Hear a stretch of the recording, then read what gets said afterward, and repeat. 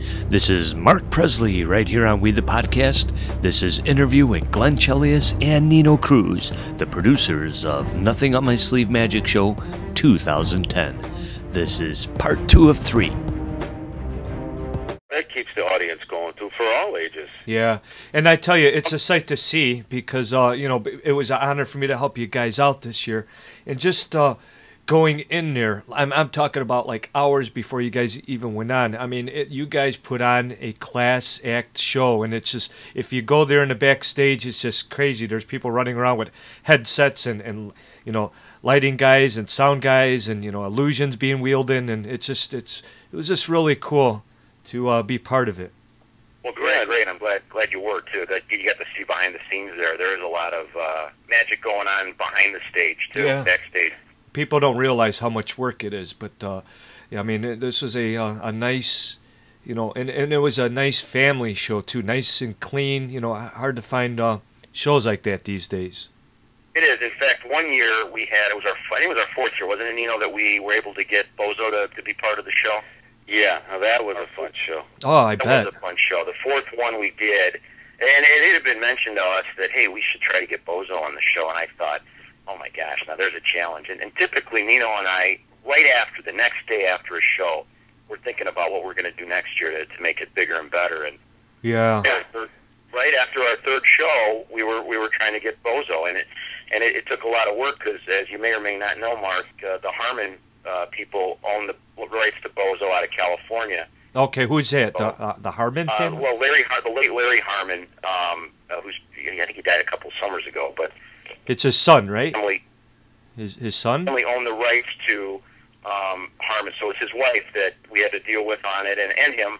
But we managed to get it to work, and we had, with the help of Tom Holbrook and the Harmons, right, had Bozo at the Rouse Center, and it was wonderful having Bozo and Marshall on the stage together, and that was a big draw, of course. Do you know by any chance the address of the Rowell Theater in Crystal Lake? Just for our listeners, if you're listening, Sure. if you happen to come across this on my website or YouTube, you could check it out. Just tell them a little bit of information about it, and then we'll go back into it. Reach out to the Rowell Center. If you're on the internet, it's www.rowellcenter.org.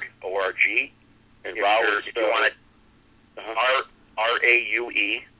There you go. That's a tough word. Yeah. Yeah, RAUE, right? Uh-huh. And the address is 26 North Williams Street, Crystal Lake. Old downtown Crystal Lake, even. It's downtown. It's right near the train station. For anybody that might be coming from Chicago or thereabouts, hop on the train. It's convenient to take the train to get to Crystal Lake because the Row is really only a few blocks from the train station. Right, and you know what? There's some quaint bars there, that serve food there. So it's a pretty neat place here. Giorgio's was the sponsor of this year's show, and they're right there by the train station, and they have great pizza. Oh, yeah. And thanks for the there's pizza, plenty of places to dine near the theater, too. And that was one of our staples of the show. We did a pre-show without the Row knowing, just to stir up some more publicity and get some last-minute tickets sold, which has caused us to have a lid on everything as a sold-out show. As Glenn and I, we did a publicity stunt where a blindfold drive was conducted, and we had plenty of security. Whose idea was that, That was my idea. That I don't know. Imagine that. Yeah, typical magicians, huh? Are we nuts? Now, did you do that by yourself, or did you have a co-pilot with you? Well, there was three of us, actually. There was Glenn and I and Henry the Hare. Henry our rabbit, yeah. Yep, Henry the rabbit. He was the ventriloquist doll that it's one of Glenn's little icon. Well, that's right. I was mounting grabbers. Yeah, it's really cool. That's right. I was mounting the camera. We all did. And people were looking and staring, and they were just astonished to see a ventriloquist rabbit and two guys and the Northwest Herald's camera attached to Paulie Toyota of Crystal Lake's Zion, and but it was safely done. We pulled right up and pulled up into the Row. We started to interrupt you, but we did start at Giorgio's, and it was the owner of Giorgio's, owner and manager that blindfolded you. Yeah, okay. We started there at Giorgio's, and we made our way down to the Rouse Center, and it was kind of like the Pied Piper, like you said, Right. And we had folks kind of follow us all the way down to the theater and then see what was going on with the show. And you know what? It couldn't have been better timing with the whole Toyota, controversy going on. I thought that was kind of a brilliant idea that you did that. Yeah, that's Glenn and I were in marketing, and whatever it works, and it's not for self-promotion, but for the show. And sure, just glad everything turned out okay. And we knew it was going to be okay. As magicians, you know how everything is planned properly and safety. We're not a bunch of half-cocked maniacs just something that's trigger happy, Yeah.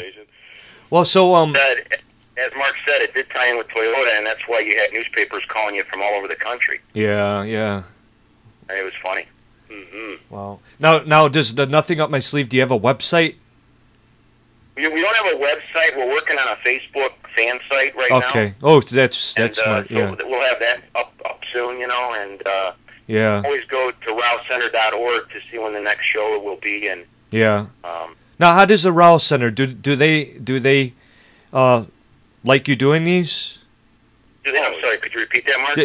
Are they pretty receptive to you doing these shows? Do they like it? Oh, yeah. Yeah. In fact, last year we were one of the few sold-out shows there was, and this year we had 700 seats filled out of 750. So wow, so do the math there. That's a few grand. Quite a crowd of people. Mm-hmm. Wow. Got a strong following of fans of the show, so it's great. Yep, and we're not knocking the professional performers. I mean, the old stars like Bill Cosby and Joan Rivers and Anderson that perform there. I mean, they have their own calling, but for a fundraiser, they really get their money's worth. Yeah. Right.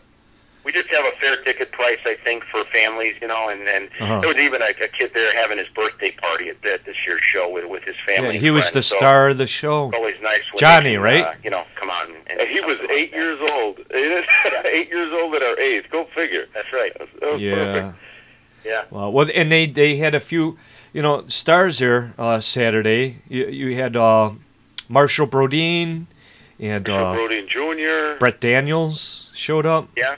Right. We had Brett Daniels there, who's a world-known magician, a Vegas-style magician that's traveled the world doing his show. And we had Junior was there. Bob Bell, who played Bozo. His family came there. They still live in the area. Wow. His family was there, and a lot of folks from WGN there. Yeah, Dean Richards and John Meisner. His show closed as the Illusions he did really just ended everything nicely.